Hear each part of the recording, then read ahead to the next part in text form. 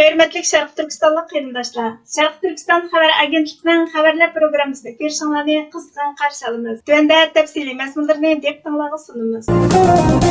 Atlantik xəbər tori 6 yanvar kuni Dünya G'azab mashinasi Uyg'urlarning ustidan sho'ng'ib etdi nomli maqola e'lon qilgan bo'lib, Sharq Turkiston xalqi duch kelgan irqiy qirg'inchilik bilan Falastindagi qirg'inchilikqa nisbatan dunyoning pozitsiyasi selishtirilgan.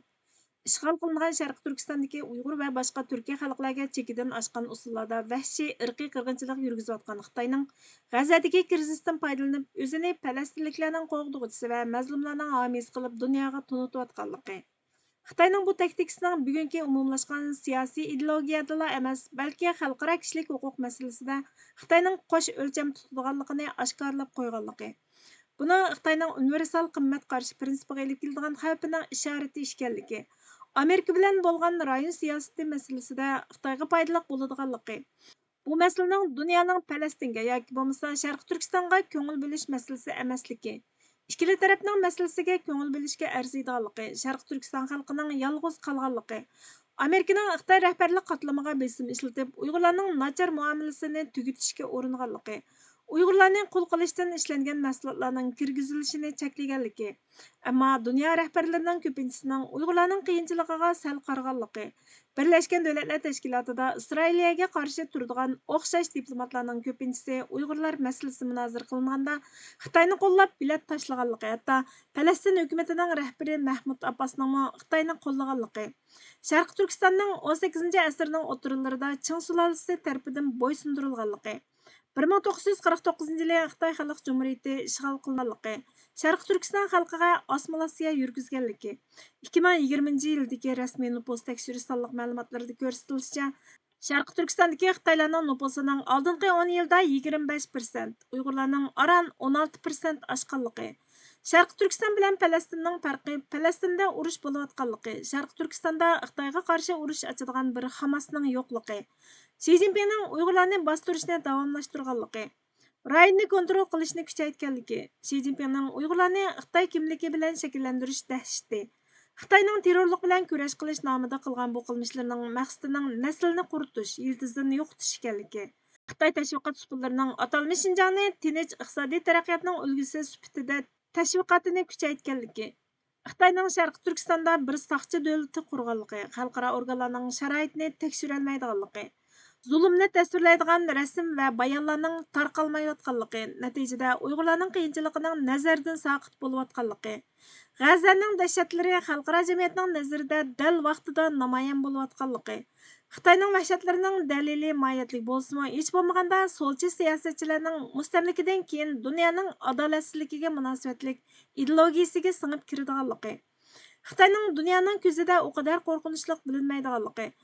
Uyg'urlar Tibetlarchilik qo'llashga erisholmaganligi. Uyg'ur masalasining Donald Trumpning davlat ishlari kotibi nomzodi Marko Rubio qatorliq bir qism siyosiy qonunchilarning diqqatini tortganligi. Solchilarning ichida irqiy qirg'inchilikning yuz berayotganligiga qarata gumonning borligi. Xitoyning dunyodagi kuchi va diplomatiyasining Uyg'ur krizisiga ko'ngil bo'lishga to'salg'i bo'ladiganligi. Xitoyning xalqaro diplomatiyada kun sayin kuchayotgan kuch ekanligi, nurg'ulg'an dunyo rahbarlarining Sharq Turkiston masalasiga bo'lgan sukutining amaliyotda setvilinganligi. Xitoy Amerika bilan bo'lgan rayon siyosati raqobatida xalqaroning qo'llashiga erishish uchun G'azadagi malmonchilikdan foydalanganligi. Bu strategiyaning Xitoyning obrazini mustahkamlashda turtkilik rol o'ynaganligi. Xitoyning Sharq Turkistondagi musulmonlarni dushman bilib qirg'inchilik yurgizayotgan holda Falastindagi musulmonlarga hissdoshlik qilib qo'g'dishining Uyg'urlarning xalqaroning diqqatini o'ziga tortish uchun g'oyat zo'r tirishchanliklarni ko'rsatishi kerakligini tushuntiradiganligi. Uyg'ur haqlari qo'g'dug'uvchilarining ideviy aniqlik, xam Xitoy siyosati va iqtisodiy kuchi qatorliq birlashmadan olqishining qiyinligi. Ba'zi adolatsizliklarning boshqa adolatsizliklardan bir oz yengil bilinadiganligi bayon qilingan. Xitoyning yuqori darajalik katibashi Afrikaga ziyoratga borgan. Reuters agentligining 6 yanvar kunidagi xabariga qaraganda, Xitoyning yuqori darajalik diplomati Wang Yi yakshanba kuni o'zining yangi yillik Afrika safarini boshlagan. Bu dal Yevropaning Afrikadagi mavjudligi ojizlagan, Amerika taraddud ichida turayotgan vaqtga to'g'ri kelgan bo'lib, Xitoy Yevropa qit'asidagi timtas ta'sirini kuchaytirishni maqsad qilgan. Analizchilar Dunyodagi sarmoyachilar va mablag' solg'uvchilar Amerika prezidenti Donald Trampning Oqsaroyga qaytib kelishini kutayotganda, Germaniya va Fransiya ministrlarining davlat ichi siyosati Ukraina va O'rta Sharqdagi urush aloqasida qilayotganda, Tashqi ishlar ministri Wang Yining Nambiya, Kongo, Chad va Nigeriyaga qilgan ziyaratining Xitoyning Afrika bilan bo'lgan aloqasining birdakligini tushundiradiganligini o'ttirg'a qo'yishgan. Ваңның зияраты шәмбе күнігече давамлашыдыған болып, dünyadagi ikkinchi numurliq iqtisodiy qarzga bo'g'ilgan cho'ng quruqliqni iqtisodiy jihatdan qo'llashni kuchaytirib, texmi muhim kon mahsulotlari savdosi to'xtamnomasini imzolab, eksportni setib chiqaradigan bozor topadi ekan. Xitoy diplomatiya ministrligining bayonotchisi Go Jiakun dushanba kunidagi qarorlik muxbirlarni kutib olish yig'inida Xitoyning Afrikani azaldan unutib ketgan cho'ng quruqliq emas, balki hayotiy kuchning manbasi va taraqqiyot yo'shirin kuchiga to'lgan yer deb qaraydiganligini aytgan. Xitoy iqtisodining ostilishiga ergishib, Afrika davlat ul asliya shirkatlarini turlarni tanlashga ehtiyojli bo'lgan ichki yo'l bilan ta'minlaydi ekan. Qarzdor yerlik hukumatlar chiqimini kechiktirdi ekan. Afrikaning Birlashgan Davlatlar Tashkilotidagi 50 dan ortiq ovozi Beyjingning ko'p taraflik organlarni qayta qurish va dunyoning qoidalarini, bo'libmi kishilik huquq qatorliq taraflarda Xitoyning manfaatiga texmi moslashtirish tirishchanligini ilgari surishga yordam bergan. Ваңның bu yil Xitoy-Afrika munosabatining kun tartibini belgilaydigan Xitoy-Afrika hamkorlik munbirining birlashma raisi bo'lgan Kongo Jumhuriyatini ziyorat qilish qarorimi Xitoyning bulturqi boshliqlar yig'inining natijasini yo'lga qo'yishga bergan va'dasini ishorat qiladi ekan. Turkiya 51 milliard dollar yangi iqtisodiy yordam berishga va'da bergan. Fransiya hukumati oldingi oyda o'ylamagan yerdan mudofaa hamkorlik kelishimini oxirlashtirgandan keyin O'rta Afrika davlatidan harbiy qismlarni chekintirishga boshlagan. Analizchilar Xitoy Sahroyi Kabir va G'arbiy Afrikadagi yangi harbiy punktlar uchun ishonchlik va muqim sherik degan. Xitoyning Afrikadagi mavjudligi Afrikada ta'siri ojizlagan Fransiya va Amerika uchun ixtilofga aylanib qolgan bo'lsa-mu, Afrika butunlay boshqa bir nuqtadan qaraydi ekan. Amerika Xitoyning fan texnika magnatini Xitoy armiyasi bilan hamkorlashayotgan shirkatlar tizimligiga qo'shgan. CNN xabar torining 7 yanvar kunidagi xabariga qaraganda, Amerika Davlat Mudofaa ministrligi Xitoy taratqullari ijtimoiy aloqa tori va o'yin magnati Teng Shun, shundoqla dunyodagi eng chong batareya ishlab chiqaruvchi Keytilni Xitoy armiyasi bilan hamkorlashgan deb ayblagan shirkatlar tizimligiga kirgizgan. 5 burjaklik bino tizimligiga kirgizilsa, darhol jazo yurgizma, ammo u shirkatlarning inovatiga ta'sir ko'rsatib, Amerikada savdo qilmoqchi bo'lsa, ularning savdo taraqqiyotiga to'sqinlik qilishi mumkin ekan. Yakshanba kuni Xitoy darajadan tashqari aptitali WhatsAppning egasi bo'lgan Teng Shunning pay bahasi Hong Kongda 6,5% tuvalgan. Keytilning Shenzhen Pei bozoriga silingan pay bahasi 3% dan ko'proq ziyon tortgan. Dushanba kuni federatsiya tizimligiga yo'llangan uqtirishda deyilishicha, Amerika Mudofaa ministrligining tizimligida Amerikada bevosita yoki vositalik tijorat qiladigan Xitoyning 10 necha harbiy shirkatlari bor ekan. 5 burjaklik binoning har yili yangilanadigan 1260 nomli tizimligining davlatning xalq tekshirishi va savdo tarmoqlari shundoqla qurolli qismlari o'rtasidagi to'siqlarni tugatish orqali Xitoyning harbiy puqroviy Fu Sion strategiyasini gavdalantirish va uningga qarshi turishdagi muhim davomlashtirish ekanligi va buning dunyodagi eng ilg'or harbiylarni taraqqiy qildirishdagi nishon ekanligi o'ttirg'a qo'yilgan. Ulamolar jamiyatining bergan umidi.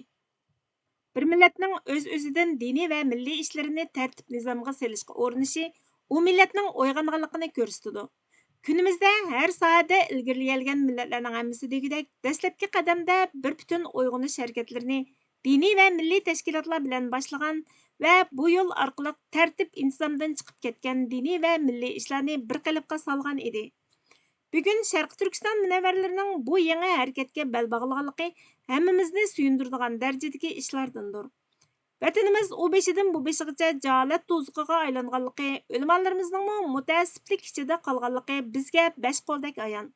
Buning ziynini elam tortmoqdamiz. Darvish va ulamo qiyofatiga kirib olib, diniy va milliy mavqelarda eng muhim yerni egallab olgan bir bo'lik mutaassib unsurlarning janubda qilayotgan aksil harakatlari chekdan to'limi oshgan edi. Eng muqaddas diniy unvonlarni o'ziga taqib olib, xalq ustidan zulm qilishga suiiste'mol qilayotganliklari afkoriy umumiyamizga nihoyatmi yomon va xatarlik ta'sirlarni elib kelgan edi. Bu o'rinda saqchi idoralariga, siyosiy muassasalarga sig'ingan, shar'iy hukmlarni talabga loyiq ijro qilmagan va jimi ishni manfaatparastlik ko'zi bilan kuzatgan bir bo'lik alamaxun va so'pilarni sanab o'tirishning hojati yo'q. ilmiy, madaniy va milliy saf qo'shinimiz askilikka va jaholatga qarshi bir iqin shakllantirayotgan shundoq bir paytda mazkur mutaassib unsurlarning ushbu parlaq harakatimizga naqadar aks ta'sir berayotganligi hammamizga ma'lum. Bu vajidan butkul g'ayratimiz bilan tirishchanlik ko'rsatibmi, damali olg'a ilgarilayolmayotgan edik. Kunimizga yangilik harakatimiz va madaniy tashabbuslarimizning unumi bo'lmay, elib berayotgan foydali ishlarimiz yana o'zimizni umidsizlantirib qo'yayotgan ahvolda edi. Yangilik va millatparvarlik yo'limiz bu qadar ig'ir ahvolga tushib kelayotgan ekan, buning sabablarini tabiiy holda diniy muassasalarimizning sistemlashmaganligidan, millatimizning mavjudligini, hurligini va aminligini qo'g'dash o'rniga mutaassiblikning homiychilariga aylanib qolganligidan ko'rishga haqliqmiz. Hamda butkul qabohatni mushu o'rinlarga muqaddas diniy ishlarimizning oldiga to'sqinlik qilayotgan mutaassib unsurlarga ortishga albatta haqqimiz bor. Acaba bugungi bu ig'ir kasal tekkan muassasamizni shaharimizdagi munavvar hamda haqiqiy ulamolarımizning fosh qilganligini va davolashga kirishganligini ko'rib shukron tuyg'usi ko'ngildan kechmagan biror diniy qarindoshlarimiz bormidi? Her holda shaharimizdagi haqiqiy olimlar munavvarlar tarafidan 13 noyabr kuni tashkil qilinmoqchi bo'lgan Sharq Turkiston o'lkalik Markaziy ulamolar jamiyatining afkoriy umumiyada buyuk bir diqqat e'tibor uyg'otganligini ko'rmoqdamiz. Her kim bu jamiyatning ish boshlashini to'rt ko'zi bilan kutmoqda va uning tashkillanishiga yaqindan oshna bo'lib turishni istamoqda. Mahkama shariya, ya'ni shariat mahkamasini o'z ichiga olgan bu ulamo jamiyati 7 bo'limlik o'rinni tashkil qiladi. Bu bölümler kitabat, yani yazıqçılık bölümü, mahkeme şer'i adliye bölümü, teftiş bölümü, teşvikat bölümü, ilmi hizmetler bölümü, imametçilik işleri bölümü, maliye bölümü qatarlıqlardan ibaret. Her bölümnің öz aldığa tartib qıladigan büyük planları, maqsad g'oyalari bor bo'lib, butkul Sharq Turkiston bo'yicha markaziy maqomdagi jamiyat bo'lish sifati bilan öz aldığa tashkiliy qurumga, nizomnomaga ega bir jamiyat ekanligidan xabardor bo'lmoqdamiz. Albatta, birdilla umid nurini chaqnatgan bu jamiyatga tuvandikcha taklif fikrlarimizni, tuyg'u ta'sirotlarimizni bayon qilmay tura olmaymiz.